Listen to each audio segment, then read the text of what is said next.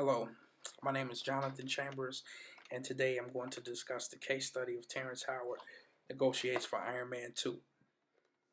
After the mega success of Iron Man, which grossed $585 million, Marvel was faced with the predicament of bringing back the original cast for Iron Man 2. Filled with the star-studded cast of accomplished actors, a conflict arose with contract negotiations. All right. Terrence Howard requested his pay reflect his market value. He requested to be priced with the A-listers. He wanted A-lister money and return options because of his recent accomplishments in the industry. Marvel, on the other hand, requested their A-listers to sacrifice to fit it within the budget of the film. They also requested positive attitudes and they wanted team players from their talent. Now, it was implied Mr. Terrence Howard wanted more screen time and character development.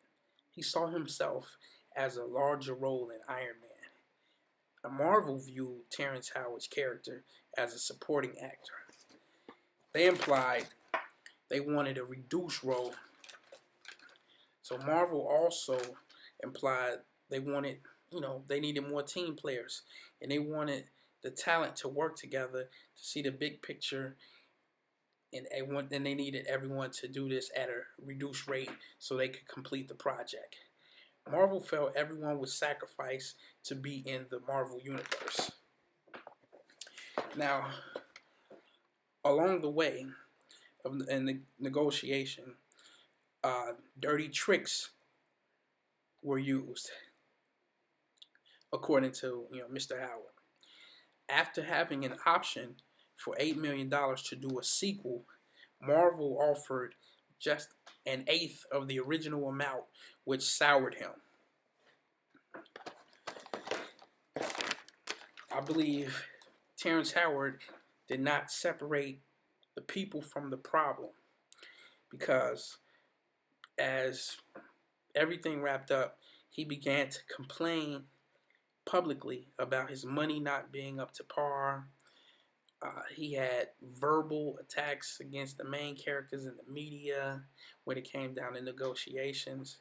Afterwards, Mr. Howard also let his negative emotions flare up and sour him from an opportunity. Okay, what went well during negotiations was just a second. What went well, besides for Mr. Howard, actually was not much. The original contract, was he signed for $4.5 million. That was a nice agreement. What went well for him was what he stood by, his core values and principles, and he used the initial role for exposure to the world stage. What went wrong during negotiation was Terrence Howard did not have a clear BATNA. So by not having a clear BATNA, he didn't have much to stand on, because he needed an alternative to what the Marvel Studios were offering. Marvel offered a reduced rate, and they wanted him to take a pay cut. And instead of addressing the issue, Terrence Howard actually just blew them off. So he did not respond.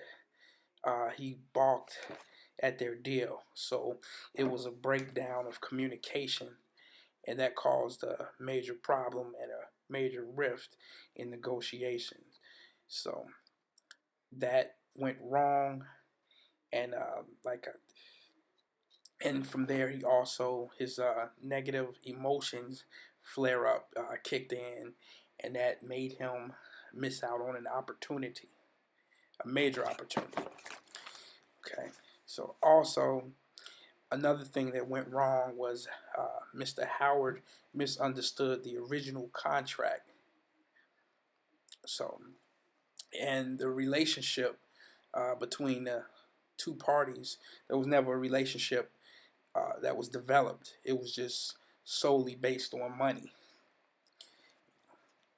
So, the agreement that was reached was an option to make $8 million for a sequel, according to Mr. Howard, but Marvel did not exercise that option, and so it was an opportunity that was missed.